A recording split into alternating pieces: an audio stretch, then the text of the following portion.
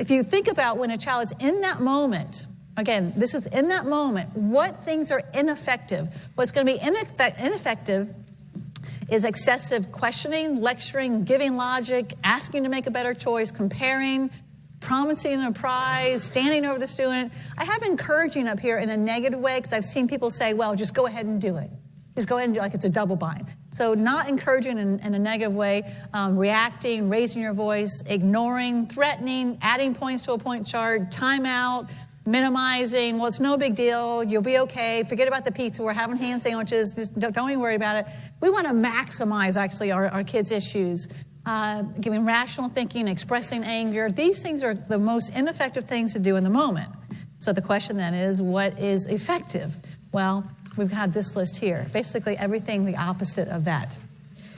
So look on that sheet, and I want you to think about the things that you can start doing. Maybe notice the things you have done in the moment that have been ineffective, but really start making a commitment to doing some of these as well. The one thing I want to add in here, though, before I show you an example, is that, yes, we need to be connecting and breathing and gentle touch sometimes, expressing passion, all that. The problem is that if you are too much like that, like let's say you're Mr. Rogers.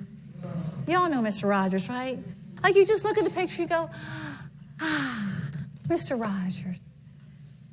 I'm regulated just thinking of Mr. Rogers. Our kids are tough. A lot of our kids are street smart. As much as I talk about them being developmentally behind, there's parts of them that are very wise adults as well, and they will always stay one step ahead of you. If you are Mr. Rogers 100% of the time, what will they do to you? They will mow you over. So you have to have that gentle, kind spirit, but you have to add in a little bit of pattern, right? And so you got to have this very strong stance that says safety first. That's it. But it also says, but I'm going to make sure you're okay. We're going to have safety first, but you're going to be okay. So it's working with this dichotomy of the two, and they actually can flow in very easily. And so the real reason is this, is that have you ever seen these two people on the same slide besides my lecture? They're two extremes. They're two very extremes. And the reality is because why? Billy's extreme. Billy's extreme. There is no middle ground. That's Andy's territory. Billy's either on one side or the other. It's either fantastic or absolutely horrible. And there's nothing in between. So we have to work with our kids at that level. We have to meet them where they're at. So I want you to think about how we can start implementing that strong boundary. It says, I'm in charge, but I'm in charge to keep you safe, but yet I'm here to take care of you. I'm going to show you an example of how this actually worked in a school situation that was actually very dangerous. And so it's not about just showing examples of a kid that runs out of the classroom. This is actually from a news clip, unfortunately, from a school where a student brought in guns. And the bookkeeper, who really didn't have much of a relationship with the student at all. I mean, I want you to build that relationship, but it can still be done when you don't have a relationship. And she was able to talk to the student with that patent that says, hey, no one's going to get hurt, but also with all those words I talked about that were effective, how to connect. She didn't talk in logical terms. She just was right there, stand with him, joined him, and was able to divert the entire situation. So let's watch Antoinette. She's my new hero. Why he showed up here at this school is still something of a mystery. We know that he spoke to the two women that he took hostage in the office when he first arrived, and one of those women actually was ordered to make a phone call to a local television station because he wanted to tell that station that he was not afraid to die and that he wanted them here to capture the moment when he killed police officers. Fortunately, none of that ever happened. He never left the office. He fired about 6 shots at officers, didn't hit anyone. They returned fire. No one was hurt. And it was actually one of those office employees who convinced him to give himself up without incident and without anyone being harmed here. Ashley? David, tell me about her. I'm hearing her name is Antoinette Tufts, and she's an absolute hero.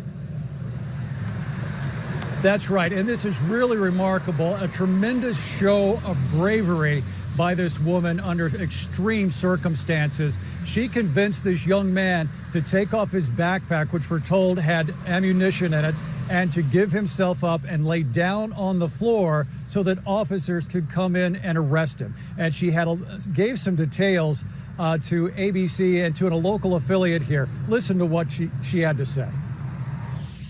He said that no one loved him, and I told him that I loved him and that it was going to be okay, that we were going to get out safely.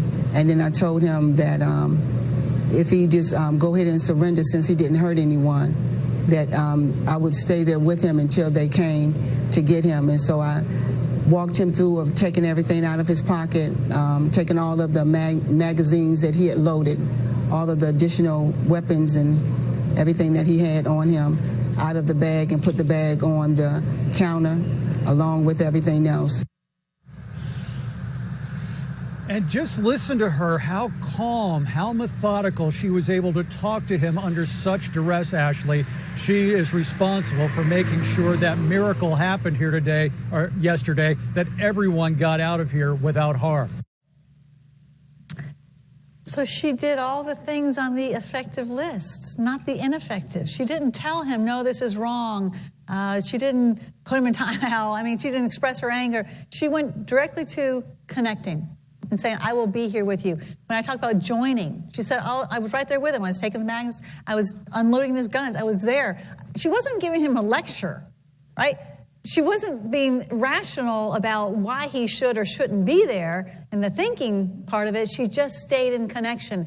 This is a beautiful example of understanding what was driving this child's behavior. He said that no one loved him. And she didn't say, oh, of course everyone loves you. No, she said, okay, then I'm right here with you. She did not try to convince him of a different belief system in the moment. She just joined him in the belief system that he had at that moment.